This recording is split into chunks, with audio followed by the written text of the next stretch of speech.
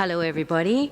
This is Margareta Harris in hot, sunny Geneva on this Friday, August 21, welcoming you to today's World Health Organization press briefing on COVID-19.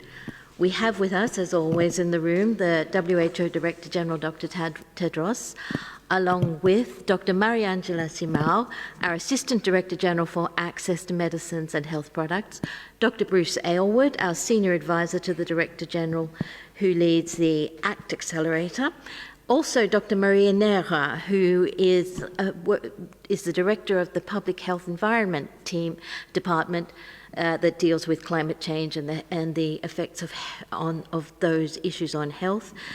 And we also have, as always, Dr. Maria Van Kerkhove, our technical lead for COVID. And joining us remotely is Dr. Mike Ryan, our Executive Director for the Health Emergencies Program. So, as usual, we are translating this simultaneously in the 6 official UN languages, plus Portuguese and Hindi. And remember that under the Zoom system, you need to go to the Korean button to use Arabic. I'd also like to mention that all of this is being live captioned. We have an amazing live captioning service so that people who are hearing impaired or can also follow this fully. And we really appreciate the work of the live captioners. So now, without further delay, I will hand over to Dr. Tedros. Dr. Tedros, you have the floor. Thank you, Margareta. Good morning, good afternoon, and good evening. I would like to begin today's briefing with an update on the Ebola outbreak in the Equator province of the Democratic Republic of the Congo. The outbreak continues to increase and to spread geographically. Yesterday, the 100th case was reported with 43 deaths in 11 health zones across the province. There is currently a delay of about 5 days from the onset of symptoms to when an alert about a suspected case is raised. This is concerning because the longer a patient goes without treatment, the lower their chances of survival and the longer the virus can spread unseen in communities. The situation has been further complicated by a strike by health workers, which is affecting activities, including vaccination and safe burials. DRC has the best trained workforce in the world for Ebola. This situation needs to be resolved as quickly as possible. WHO and our partners are working intensively in communities to find cases and shorten the delay. We are also supporting the government of DRC to take a stronger role in the response and to prepare areas that have not been affected so far. There continues to be an urgent need for increased human resources and logistics capacity to support an effective response across an ever-expanding geographical area and to help health officials identify cases earlier. The government of DRC has developed a plan that needs about $40 million US. We urge partners to support this plan. Now to COVID-19. Last month, my colleague Dr. Maria Van Kerkhove contacted a group called Long COVID SOS, representing patients with long-term effects from COVID-19 infection. This afternoon, I had the privilege of speaking with them. They told us about their experience and the ongoing challenges they face. These patients want 3 things: recognition, rehabilitation, and research. Recognition of their disease, appropriate rehabilitation services, and more research to be done into the long-term effects of this new illness. Although we have learned so much about this disease, we only have less than 8 months of experience to draw on. We still know relatively little about the long-term effects. My message to these patients was, we hear you loud and clear, and we're committed to working with countries to ensure you receive the services you need and to advancing research to serve you better. Globally, there are now more than 22 million reported cases of COVID-19 and 780,000 deaths. But it's not just the numbers of cases and deaths that matter. In many countries, the number of patients who need hospitalization and advanced care remains high, putting huge pressure on health systems and affecting the provision of services for other health needs. Several countries around the world are now experiencing fresh outbreaks after a long period with little or no transmission. These countries are a cautionary tale for those that are now seeing a downward trend in cases. Progress does not mean victory. The fact remains that most people remain susceptible to this virus. That's why it's vital that countries are able to quickly identify and prevent clusters to prevent community transmission and the possibility of new restrictions. No country can just ride this out until we have a vaccine. A vaccine will be a vital tool, and we hope that we will have one as soon as possible. But there is no guarantee that we will. And even if we do have a vaccine, it won't end the pandemic on its own. We must all learn to control and manage this virus using the tools we have now, and to make the adjustments to our daily lives that are needed to keep ourselves and each other safe. So-called lockdowns enabled many countries to suppress transmission and take the pressure off their health systems. But lockdowns are not a long-term solution for any country. We do not need to choose between lives and livelihoods, or between health and the economy. That's a false choice. On the contrary, the pandemic is a reminder that health and the economy are inseparable. WHO is committed to working with all countries to move into a new stage of opening their economies, societies, schools, and businesses safely. To do that, every single person must be involved. Every single person can make a difference. Every person, family, community, and nation must make their own decisions based on the level of risk where they live. That means every person and family has a responsibility to know the level of transmission locally and to understand what they can do to protect themselves and others. At the same time, we cannot go back to the way things were. Throughout history, outbreaks and pandemics have changed economies and societies. This one will be no different. In particular, the pandemic has given new impetus to the need to accelerate efforts to respond to climate change. The pandemic has given us a glimpse of our world as it could be: cleaner skies and rivers. Building back better means building back greener. In May, WHO published our manifesto for a healthy and green recovery, with 6 policy prescriptions for protecting nature, investing in water and sanitation, promoting healthy food systems, transitioning to renewable energy, building livable cities, and stopping subsidies on fossil fuels. In July, we added actionables for each of these policy prescriptions, providing 81 concrete steps for policymakers to build a healthier, fairer, greener world. Since then, over 40 million health professionals from 90 countries have sent a letter to G20 leaders to call for a healthy recovery from COVID-19.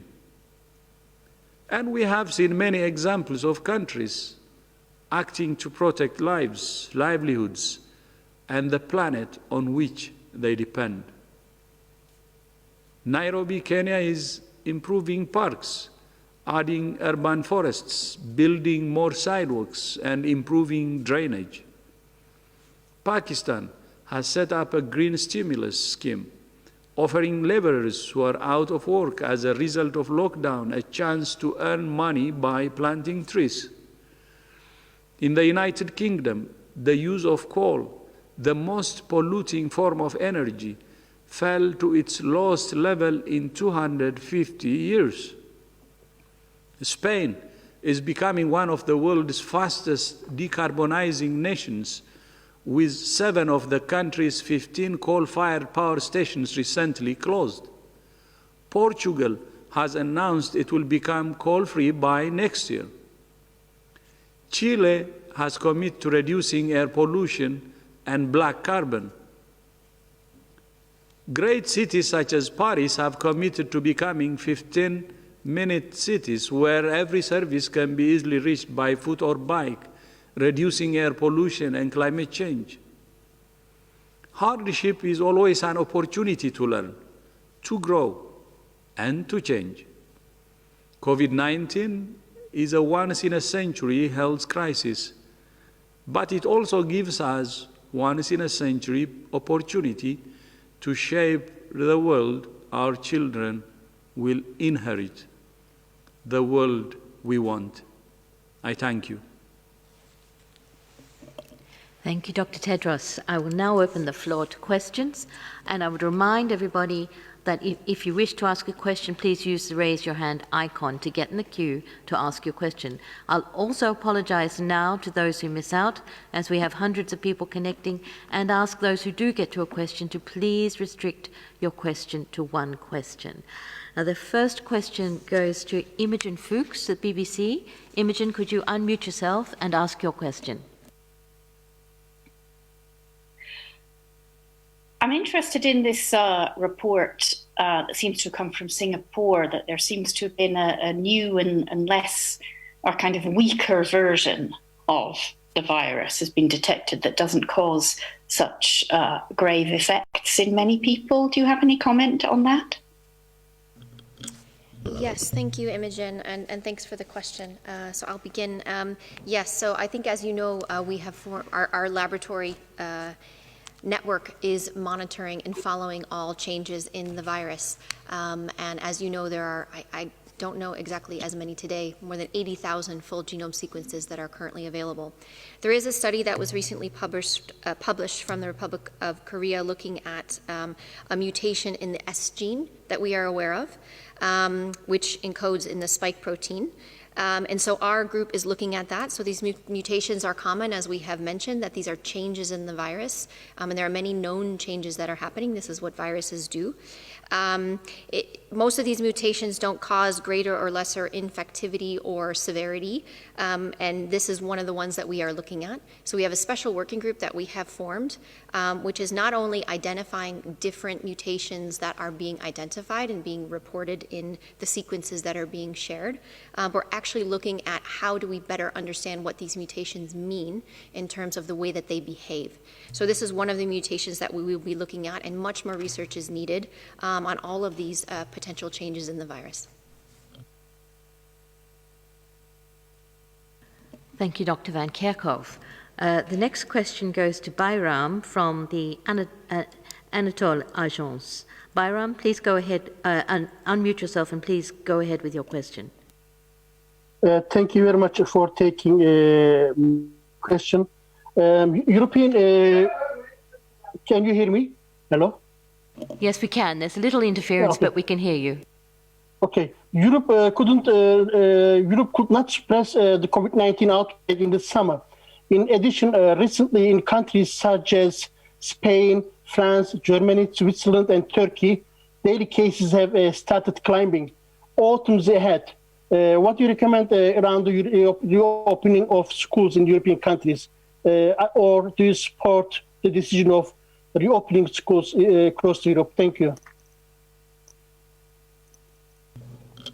So thank you for the question. I understand the question is around the reopening of schools.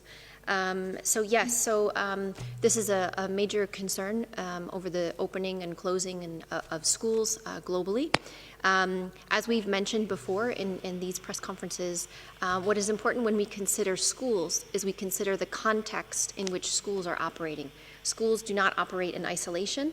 They operate in communities and they work in communities. And if there is the virus circulating in those communities, if there's widespread transmission in those communities or intense transmission, it's possible that the virus can enter the school system. And so it is important that what is done in the community of trying to reduce transmission and bring those outbreaks under control is really what the focus needs to be then to consider opening schools. What we've done as an organization is we've outlined considerations for decision makers about the partial opening or reopening of schools. Remember that schools operate differently globally. They have different types of building structures. They have different types of age groups that they include by various ages. And so what we've done is we've outlined a number of considerations for the schools. First of all, taking into consideration the circulation of the virus in the area where the school operates, where the children live that go to that school, and where the adults that work in that school live. And then look at what are the types of control measures and prevention measures that can be put in the schools, such as physical distancing, such as washing of hands and making sure that there's hand washing stations or alcohol-based rub, making sure that there's good ventilation, making sure that masks could be worn if appropriate. So there are a number of considerations that are outlined. Schools need to also have plans in place so that if there is a suspect case, that there are clear plans of what to do and how to quickly test and do contact tracing if necessary. But those plans need to be clearly outlined. And also to have good communication. So not only communicating to the students and to the adults that work at those schools, but to the parents of the children that go to that school. How can we communicate about how the school is going to be operated, if it will be a partial opening or a total opening or reduced class size? There are lots of different ways that this could be done. I think we all recognize the importance of schools for children of every age.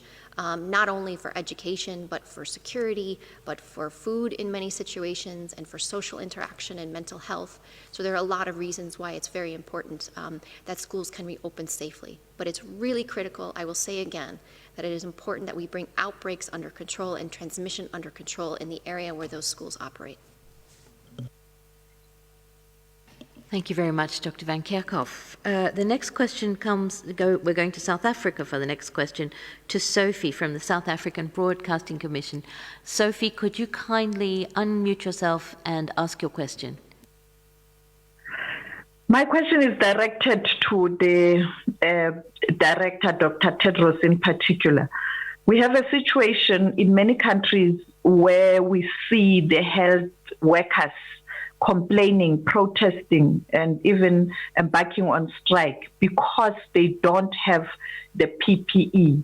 But on the other hand, we get reports of officials in different parts of the world, in the government systems, abusing and engaging in corrupt activities, particularly monies earmarked to combat this pandemic that is ravaging the world. What is your reaction? Are you watching? Are you monitoring? Are you concerned?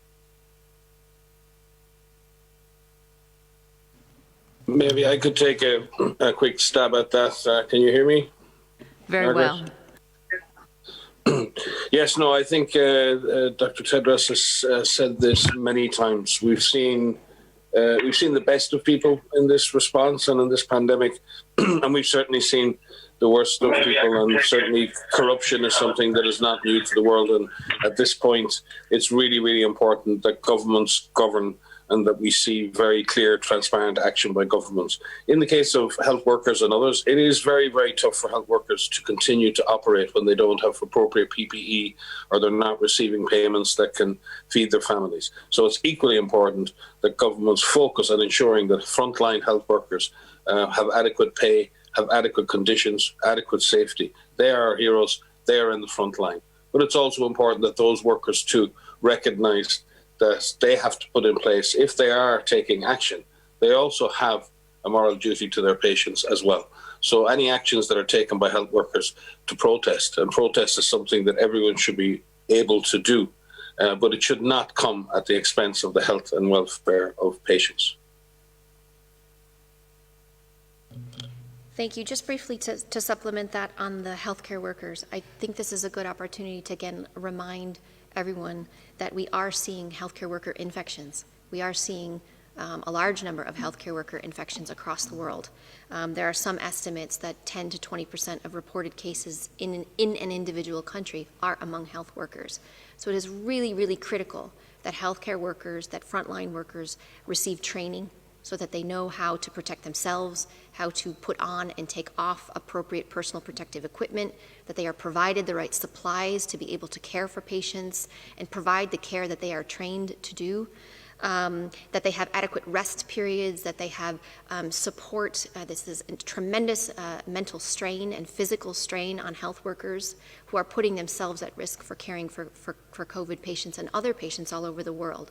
So just a reminder that it really is important that we all have a responsibility to ensure that we protect health workers with the personal protective equipment that they need, the training that they need, and the support that they need.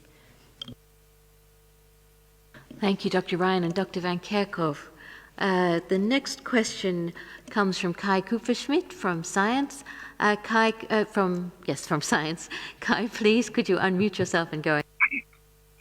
Thanks. I just wanted to ask for an update on the China mission. Is the advanced team still there? Is the full team there? Just curious where that's at, what you can tell us about what's happening. So I could begin. Mike may want to jump in. So the advanced team has returned. The advanced team spent a few weeks there with Chinese counterparts to work with them and to learn from them of the ongoing work that has been ongoing to look at the SARS-CoV-2 origin and to develop terms of reference for phase 1 and phase 2 studies. So shorter term studies that need to take place where the first cases were identified, and longer term studies to fully understand the origins of the virus. The team is being compiled, and so we discussed with our member states yesterday at a member state briefing that a request through our Global Outbreak Alert and Response Network will be issued so that we can receive some requests for interest for people who might want to be on that mission. Not sure if Mike wants to add. No, I think that's fine, Maria. It's important that the mission goes ahead, but there's also a number of preliminary studies that need to be carried out as well. And our colleagues in China have discussed those in depth with the advanced team, and we hope that those studies can begin as soon as possible. And what we're hoping is that the international team can begin to work on a remote basis with our Chinese colleagues and then join them in the field at the appropriate time when we've got the appropriate arrangements in place. Thank you, Dr. Ryan and Dr. Van Kerkhove. The next question, we're going to Mexico, to Alejandro from Medicina Digital. Alejandro, please unmute yourself and ask your question.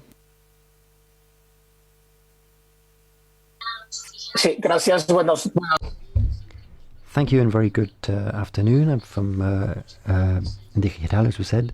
We have 126 million inhabitants in Mexico, and we are spending a certain amount to control the epidemic. And I just wanted to know if you thought that we were spending enough in the network of medical centers that we have in such a large territory. Thank you very much. So that question was you basically.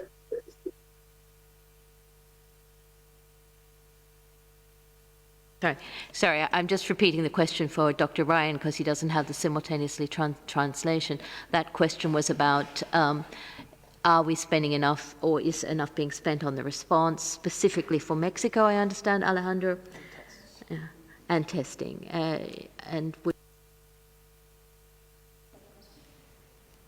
think the question is, in a country with 146 million inhabitants, they are doing every day 40,000 tests. Will you consider this as enough number for a country of such a dimension? Excuse me. Thank you. Sorry for that. But thank you for the clarification. We do get quite a lot of questions about how much testing is enough testing. And we receive a lot of questions specifically as you have phrased that. The answer to that is it really depends. It depends on the situation that is happening in terms of transmission. What WHO recommends for testing is to test suspect cases, and there are definitions for suspect cases. And in situations where testing capacity is limited, or there may not be enough tests, or where transmission may be incredibly intense, you may need to prioritize how much testing is being done. For me, what is a very helpful metric is looking at your percent positive. How many of those tests that are being done come back positive? And if that's a high number, then more testing may need to be done, because that means that you may be missing additional cases. So it's a hard question to answer specifically in the context that you have provided. But in many situations where testing is coming back, where you have 30%, 40%, 50% positive out of all of the tests that you've done, that means that you're missing a large number of cases. In other countries where they may not see as much intense transmission, or they're doing a large amount of testing, they're seeing a percent positive of 1%, 2%. That's what we would more like to see, but I don't want to put a specific cutoff, because it depends on the situation that you're in and the capacities that you have. But what is important is, without testing, we don't know where the virus is. And without testing, it's very difficult to put in place the public health measures that need to take place. With active case finding, we are detecting cases that are infected with the virus, that are potentially transmitting that virus to somebody else. We can carry out contact tracing, which is identifying all of the contacts around a confirmed case and putting them in quarantine, and so on and so on. So testing is a very important part of that strategy. Could I just add, Margaret? Yes, please do. Yeah, no, just specifically on Mexico itself. Most certainly, the scale of the pandemic and the epidemic in Mexico is underrepresented. The testing in Mexico has continued to be limited, approximately 3 tests per 100,000 people daily. If you compare that to somewhere like the US, which is over 150 tests per 100,000 people daily. Test positivity has remained very high, up near 50% at times. And that means many people are either been underdiagnosed or diagnosed late. And certainly this is having a differential impact in the country. There's a sharp difference in mortality between the wealthier districts and the poorer municipalities. And people who live in impoverished areas of Mexico are almost twice as likely to die from COVID, those who live in more affluent areas. It's also having a differential impact on the indigenous populations in Mexico, with the overall case fatality ratio is high, but amongst indigenous populations, the clinical case fatality ratio is almost 1 in 5, 1 in 4 to 1 in 4 to 1 in 5, and a large number of people from the indigenous communities reporting cases and deaths from COVID to date. So there's a complex situation in Mexico with this differential impact on the poor, on the indigenous populations, relatively low testing strategy, which means the scale of the epidemic in Mexico is clearly under-recognized. And therefore more could and probably needs to be done to really address the surveillance issues and also the differential outcomes for patients in different groups. Thank you, Dr. Ryan, and thank you, Dr. Van Kerkhove. The next question will go to Grace from Health Policy Watch. Grace, please unmute yourself and ask your question. Hi, thank you so much for taking my question. Can you guys hear me all right? Very well. You're loud and clear. Okay, thank you. So my question is for Dr. Maria Neira. What do we sort of know right now about the relationship between exposure to air pollution and COVID-19? Thank you very much. Yes, there have been several articles, several papers published about that. And as you well know, air pollution is responsible for killing more than 7 million every year. Therefore, what we know for sure is that any intervention you can do now to reduce air pollution, to reduce exposure to air pollution, will have a very beneficial effect on anyone at risk for COVID-19. What we know as well, that exposure to air pollution is a risk factor and will make you more susceptible to be, if you are infected by SARS-CoV-2, you will be more susceptible to develop morbidity and mortality, because those diseases that are caused as well by exposure to air pollution will be making you more vulnerable. So it will increase your risk and your susceptibility. Therefore, we don't know about the correlation, the real correlation between mortality of COVID and exposure to air pollution, but we know for sure that it's an important risk factor that we need to tackle. Thank you. Sorry, if I could just supplement specifically on the underlying conditions that you mentioned, Maria Neira, that we know for certain in the research that is being done that people with underlying conditions such as underlying respiratory diseases, underlying heart diseases, put them at an increased risk. If you are infected with SARS-CoV-2, you're at an increased risk for severe disease and death. And air pollution causes these chronic conditions. And so it is really, there's a clear correlation here. And we just want to be very clear that those with underlying conditions are at an increased risk for severe disease and death.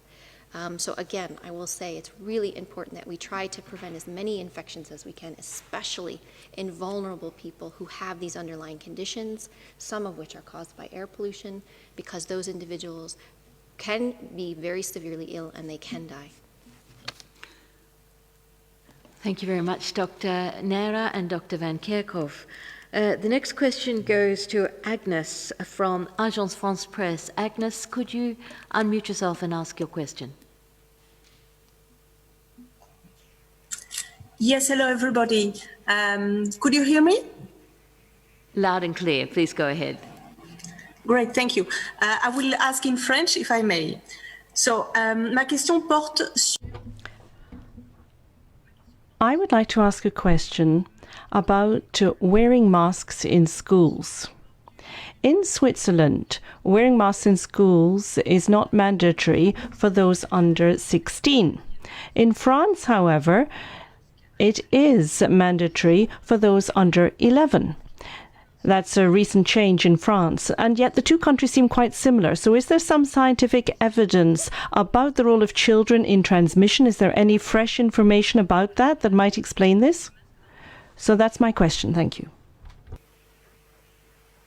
So thank you for the question. I will begin. Yes, so there is a lot of research that is happening right now on children of different age groups.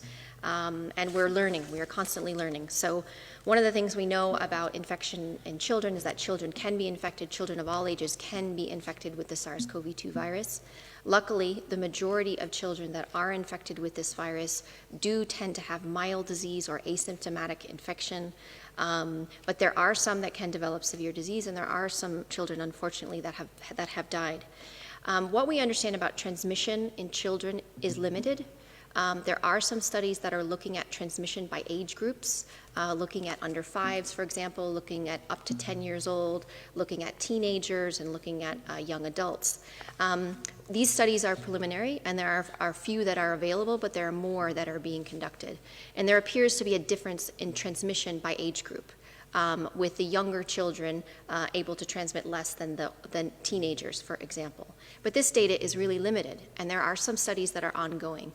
WHO and UNICEF will be issuing guidance on the use of masks in children, and we break this down by age. The guidance will be available in the coming days, if not today.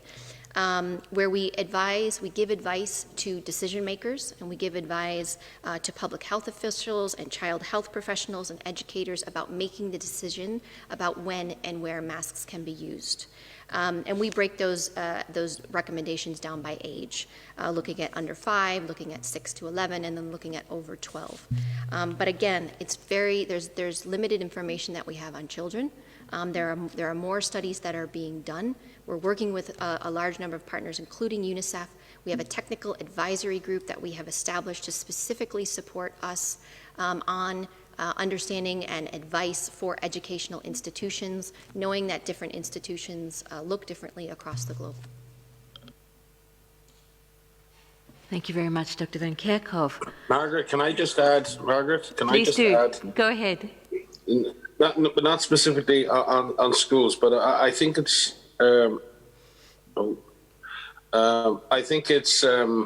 it's important when we look at masks. Masks are a great tool. They're very useful as part of a comprehensive strategy to stop and break chains of transmission. But it's also very important when we talk about the context of schools or the wearing of masks in schools, and as that guidance emerges, that the wearing of masks is not an alternative to physical distancing. It's not an alternative to hand washing. It's not an alternative to decompressing class sizes. It's not an alternative to all of the other measures. Just because kids or others put masks on does not mean we can forget about the other measures.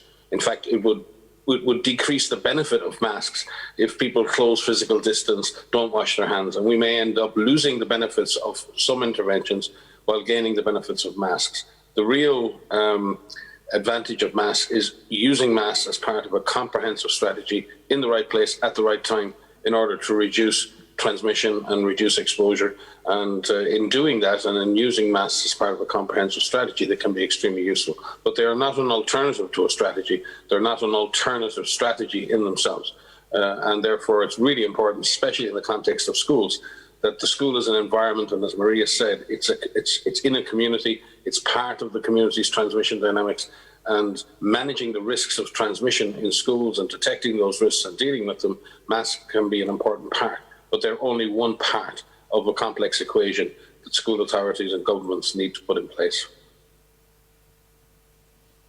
Thank you, Dr. Ryan, and thank you, Dr. Van Kerkhove. For the next question, we'll be moving back to the region of the Americas, I suspect, because it comes from Jamil Chade, who is a Geneva correspondent for major Brazilian outlets. Jamil, please unmute yourself and go ahead. Thank you very much, Margaret. Hello to everyone. This is a question probably to Dr. Ryan. I would like you to basically tell us what else can Brazil do, because the number of deaths continue to be extremely high. If you could give us a little bit of a readout on the situation in Brazil at the moment, and whether the peak has already been reached, or this is very hard to predict. Thank you very much, Dr. Ryan. Hi. Yes, the situation in Brazil has somewhat stabilized in terms of the number of infections detected per week. Certainly the intensive care units across Brazil are under less pressure than they were before. And when we look at the weekly incidence across many of the regions, the R0 or the R0 across the country has reduced. And the sort of acceleration of cases has stabilized, but there's still a very high number of cases in the order of 50 to 60,000 a day, and a large number of deaths. And you know, again, credit to the health workers and to the communities in Brazil for taking the necessary actions to stabilize the situation. The question is this a lull? Can this be continued? And can we see that downward trend? And there is a clear downward trend in many parts of Brazil, but there are also areas in which the disease is still very prevalent. It's still unstable in its transmission. So we're in that sort of difficult period in Brazil where things could look like they could be getting better, but it now requires a very, very strong and dedicated approach to drive transmission down. And to continue to protect the health system. Now, within those numbers, Brazil is a very big country. There are areas that are experiencing increases. But in general, the trend in Brazil is stable or downwards. And that needs to keep going because Brazil has been contributing a huge proportion of global cases in this pandemic for a long number of weeks and months now. And any success in Brazil is success for the world. Because if Brazil, countries like India, countries like the US and other large countries control the disease, then that's not just contributing to national numbers going down, but that will ultimately contribute to the overall impact of the pandemic being reduced. So still much to do in Brazil, but again, the health system continues to cope. The positivity rates are still higher than they necessarily should be, but the pattern is clear. The question is whether that pattern can be sustained in a downward direction in the coming weeks. Thank you very much, Dr. Ryan. So the next question goes to Michael from CNN. Michael, can you unmute yourself and go ahead with your question? Sure. Thank you for taking my question. Greetings from Ottawa, Canada. I recently flew for the first time in a long time and wrote about the experience, and what I noticed was social distancing was near impossible. As you know, a lot of travelers, and I'm talking about even seasoned travelers, are very reluctant to fly. A lot of airlines are on their knees right now because they can't attract passengers. And just quickly, a lot of airlines, including the two big ones here in Canada, Air Canada, WestJet, are even selling the middle seat to passengers. Is there anything you can say based on the information you have to reassure the traveling public that it is safe to fly? And is there anything you can say to airlines that to reassure passengers to come back into the skies? Thank you. So thanks for this question. It again is one that we receive quite a lot.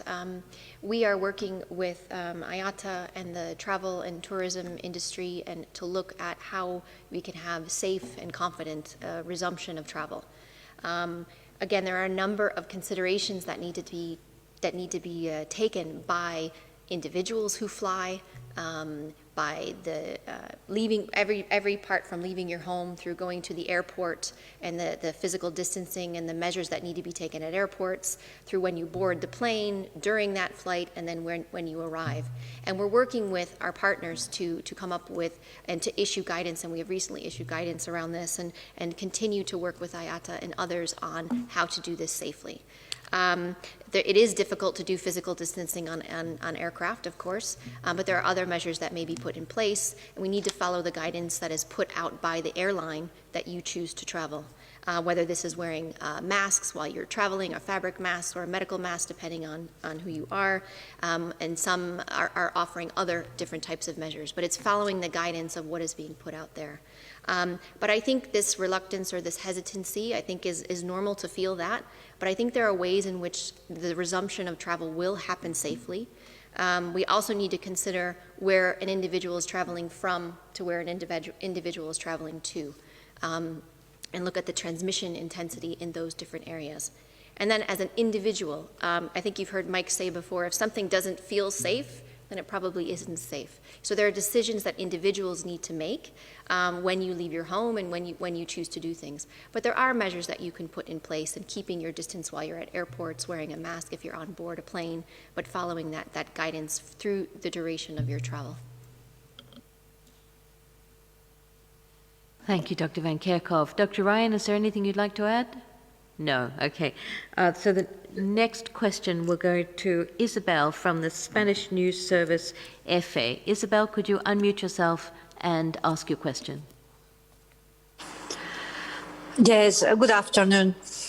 Today, a judge in Madrid has revoked a measure to ban smoking on the street in case social distancing cannot be respected. And this happened in the region where the infections are increasing faster in Spain. Do you consider this as a setback in the fight against the coronavirus pandemic in Spain? And how could you explain such a decision at this moment? What is the message that this decision sent to people? Thank you. Thank you for the question. I think your question is a good one, and many countries right now are opening up their societies, Spain included. Many countries across Europe and across the world are opening up their societies. Some countries are seeing resurgence in activity, in transmission, in the form of clusters, in the form of small outbreaks, or seeing increasing in numbers. And this is happening across a large number of countries right now. It is really important that we learn how we can begin to live with this virus, to continue to suppress transmission, be ready to identify any cases and clusters that pop up so that we can quickly put those out so that those small numbers of cases and clusters do not become community transmission again, and minimizing as many deaths as possible. And in doing so, countries may need to implement some measures again. And what we are seeing in a number of countries is that they are choosing to implement some measures in a targeted area. And so in the area where the transmission is happening, they're implementing them for a certain geographic area, and they're implementing them for a certain amount of time. And what we're seeing now is a targeted approach to adding interventions that need to be put in place to bring outbreaks under control and to try to reduce the number of infections that are happening. Countries are doing this in different ways. And they're doing this, and what we're seeing, and the ones where we're seeing some positive effects, is they're doing this in a data-driven way. Where is the virus circulating? What are the case numbers that are increasing? Where is transmission occurring? Is it occurring in clusters? This virus is being driven by outbreaks in clusters. And we see this over and over and over again in countries. They're finding clusters in entertainment industries, in nightclubs. They're seeing clustering in long-term living facilities, in prisons, in certain occupations. And so it is really important that where we know where this virus is, if we know what those clusters are happening, we can bring those under control. So it's how these different types of interventions are put into place, and hopefully these, these will bring these outbreaks under control. Thank you very much, Dr. Van Kerkhove. So we're coming past the hour. We've only got time for one last question, and it will go to one of our regulars, Simon Ateba. Simon, could you unmute yourself and ask your question? Yeah, thank you for taking my question. This is Simon Ateba from Today News Africa in Washington, D.C. My first question was answered, so I will ask the second question. Yesterday, personally, I went to try to renew my driver's license here in DC, and the earliest date I received was February 2021. Everything is being impacted, and it's almost obvious that we can't sustain this way of living for a long time. I was wondering if WHO can tell us, one, how long is the 1918 pandemic last, and what's the similarity between that particular pandemic and what we are witnessing now? Thank you. Thank you, Simon. I will begin, and I hope others will supplement. That's quite a question. So the 1918 pandemic was a novel strain of influenza, and it circulated over a number of years. And in fact, once the pandemic, there were several waves of that pandemic impacting the globe. And that virus itself, once the really intense transmission was over after those waves, that virus circulated for many years, for decades, until another strain replaced it, circulating globally. So I think there are similarities. I mean, these are respiratory pathogens. There are numbers of interventions that are put in place for the 1918 pandemic, many of which are being implemented now during the SARS-CoV-2 pandemic. And I think one of the things that you reminded me of in your first part of your question about your driver's license and the impact that this has had, pandemics have incredible impacts. They are pandemics. You know, they are affecting every aspect of our lives right now. And so what we are trying to do in our control program around SARS-CoV-2 is about how do we save lives, but not only focusing on health aspects, but how do we save livelihoods, and how can we help save economies and bring economies back up. And right now, we're still very early on in this pandemic, and I know many people are tired and many people have fatigue as it relates to this. We do as well, but we have quite a long way to go. So we need to remain focused, we need to remain ready, and we need to apply pressure to the virus. We need to apply pressure to try to prevent as many infections as we can and save as many lives as we can, not only from COVID-19, but from all of the other diseases that are circulating that plague many populations, to make sure that essential medical services continue and other services continue so that people can go on and live their lives. Thank you, Dr. Van Kerkhove. Margaret, this is Mike. Yes, I was going to say, I knew you had something to add. Please go ahead. No, I think maybe Dr. Tedros might want to add, because he's been saying for so long that we will get through this together. And human populations, we've been through collectively so many different epidemics, wars, conflicts, political crises, and human beings are resilient. We are a resilient species, and we will get through this. And yes, the disruptions are terrible. They're awful, but they will end, and there will be a brighter day. And some countries are creating that reality right now in the way they're approaching this response.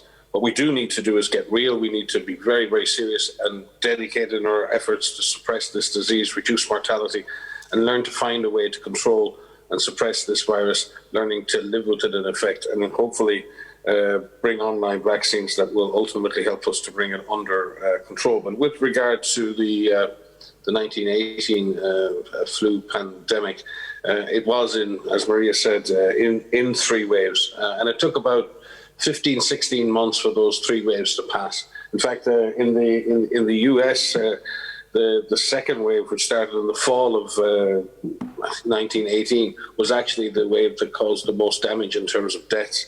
And then the 3rd wave occurred in the winter, spring of 1919, sorry. And so it took 3 waves for the disease to infect most of the susceptible individuals, and then settle down probably into a seasonal pattern. For example, the seasonal flu we have now contains the pandemic flu virus from 2009. So very often the pandemic virus settles into a seasonal pattern over time. So yes, but this virus is not displaying similar wave-like pattern. Clearly, when the disease is not under control, it jumps straight back up. But from that perspective, the classic wave pattern of the 1918-1919 pandemic was very clear. But it did take 3 complete waves for that disease to spread around the world and infect most susceptibles. But the second wave was actually the most impactful in terms of deaths and hospitalizations, particularly in the US. Thank you very much, Dr. Ryan. I was just looking.